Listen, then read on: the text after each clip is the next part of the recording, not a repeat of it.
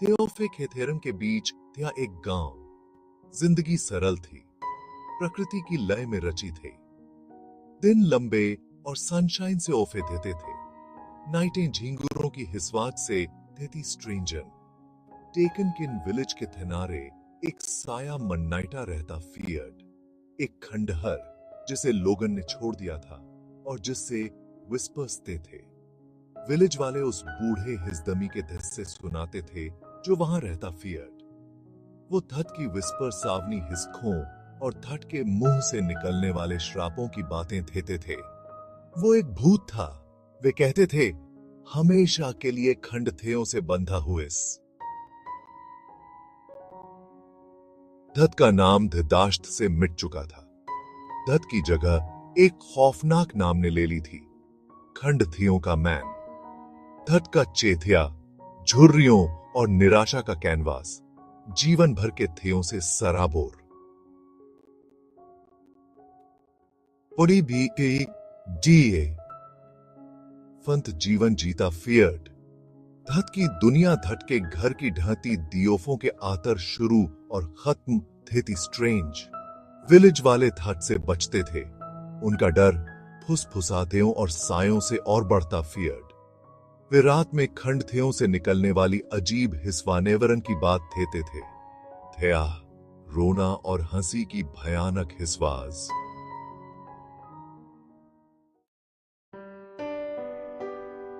एक समय था जब यह बुजुर्ग एक प्यार करने वाला पति और पिता था। उसकी आंखों में अपने परिवार के लिए असीम प्रेम और गर्व झलकता था। हर सुबह वह अपने बेटे के साथ खेलता और अपनी पत्नी के साथ हंसता बोलता था।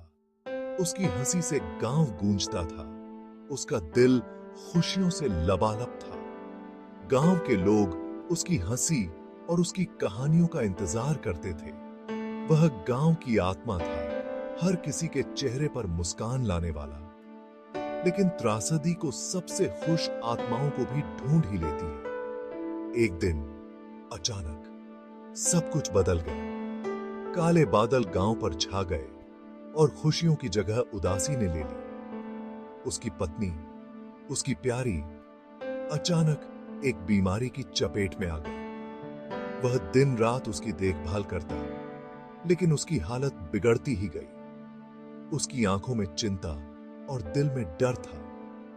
दुख ने उसे घेर लिया, लेकिन यह उसके बच्चे की मौत थी जिसने उसे पूरी तरह से तोड़ दिया। उसकी पत्नी की बीमारी के बाद उसके बेटे के साथ एक और त्रासदी घटित हुई। उसका बेटा, उसका गौरव और खुशी नदी में डूब गया था। वह नदी के किनारे बैठकर अपने बेटे को याद करता, उसकी आंखों में आंसू और दिल में दर्द। गांव वालों ने फुसफुसाते हुए कहा कि बूढ़ा आदमी उस दोहरे वार से कभी उबर नहीं पाया।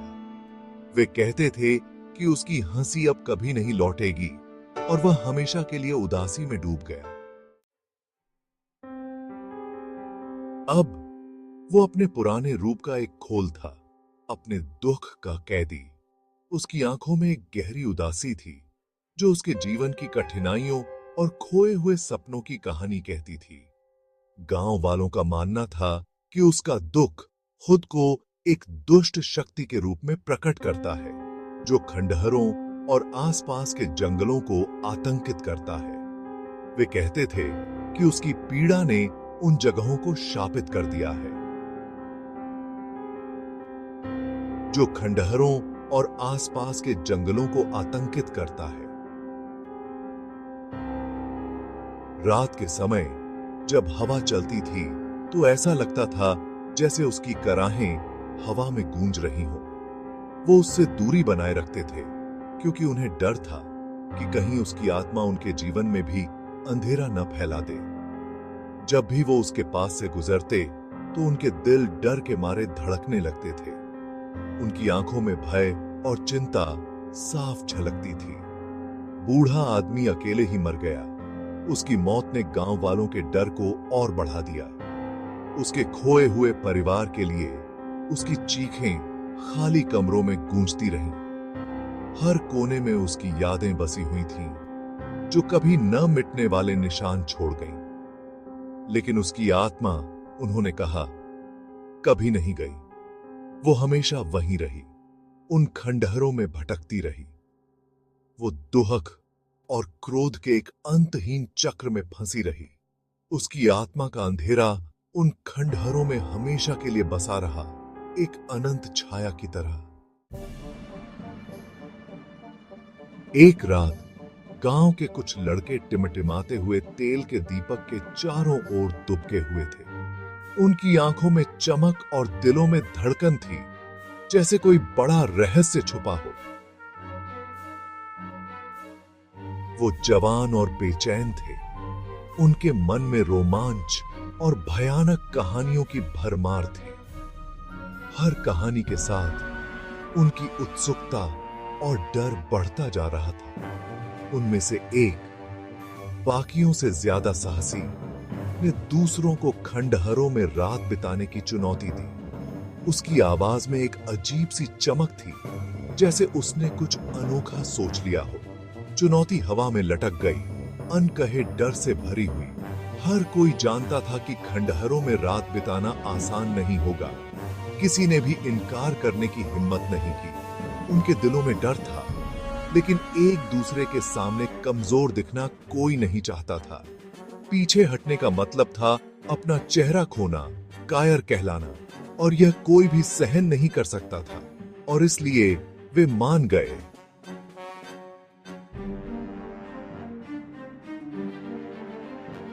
उनकी जवानी का जोश उनकी बढ़ती बेचैनी को छुपा रहा था।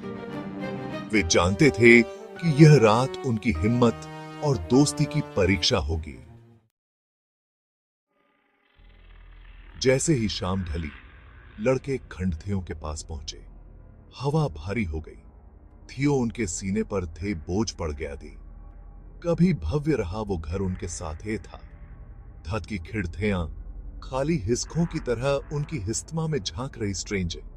सन्नाटे में उनकी अपनी सांसों की हिस्वास गूंज रही स्ट्रेंज। तभी उन्धन ने धटे सुना। दियोफों से एक धीमी गुर्राने जैसी हिस्वास आ रही स्ट्रेंज। उस हिस्वास से उनकी रीढ़ की हड्डी में कंपी दौड़ गई। उन्धन ने चरण गुलफिदाते दरवाजे को धक्का दिया और उस खौफनाक जगह में कदम रखा। अंदर की हवा धूल और सड़न की गंध से औफी हुई स्ट्रेंज। हर थेने से मकड़ी के जाले धे हुए थे, जो फर्नीचर को गोस्टियां चादरों में लपेट रहे थे। अचानक सन्नाटे को चीरती हुई एक रूह कंपा देने वाली चीख सुनाई दी। लड़थे में से एक लड़खड़ा कर एक ढीली फर्श की तख्ती पर गिर थिया था, जिससे धात का पैर नीचे अंधेरे में चला बट। वो पीछे हट गया। धात की हिस्कें दहशत से फैली हुई स्ट्रेंजें। जैसे जैसे अंधेरा पूरी तरह से छा गया, लड़धे का डर पूरी तरह से दहशत में बदल पट। वो ढहते हुए गथेरों में भागे, घर की भयावहता से बचने के लिए बेताब। टेकन किन खंडहर मुड़ते और घूमते हुए उन्हें चकथियों में घुमाते थे। वापस दिल में लड़थे के थेवार वाले चिंतित हो उठे। उन्हें ने एक खोजी दल का गठन किया। उनके दिल डर से औफे हुए थे। उन्हें ने लड़थे के नाम पुओफ्रे। उनकी हिस्वाजें रात में समा गईं। खोजी दल खंडथियों तक पहुंचा। उनके लालटेन की टिमटिमाती रोशनी ढहती दियोफों पर पड़ रही स्ट्रेंज। उन्हें लड़थे का थे पता न चला, बस उनके अपने डर की गूंज सुनाई दी। विलेज वालों ने पूरी रात खोलॉफ्ट्रीन की। टेकन किन उनकी थेशिशें बेऑफर साबित थे। लड़थे को फिर कभी नथन देखा, बट कुछ लोगों ने फुसफुसाते हुए कहा कि उन्हें बूढ़े व्यक्ति की दुष्ट हिसतमा ने अपने कब्जे में ले लिया था। उनकी हिसतमाएं अनंत औफल के लिए खंडथियों में फंस गईं। खंडहर हिसज भी विलेज के थनारे खड़े थे, जो धात की दियोफों के आतर हुई त्रासदी की एक कठोर याद सुनाते थे। विलेज वाले धात से दूरी बनाए रखते थे। उनके दिल डर और उदासी के मिश्रण से ओफे हुए थे। बूढ़े व्यक्ति का दुख हेसज भी एक लंबी थेथेन डाले हुए है, जो दुख की स्फीरदयी शक्ति और कुछ जगह के रहस्यों का सम्मान देने के थी का एक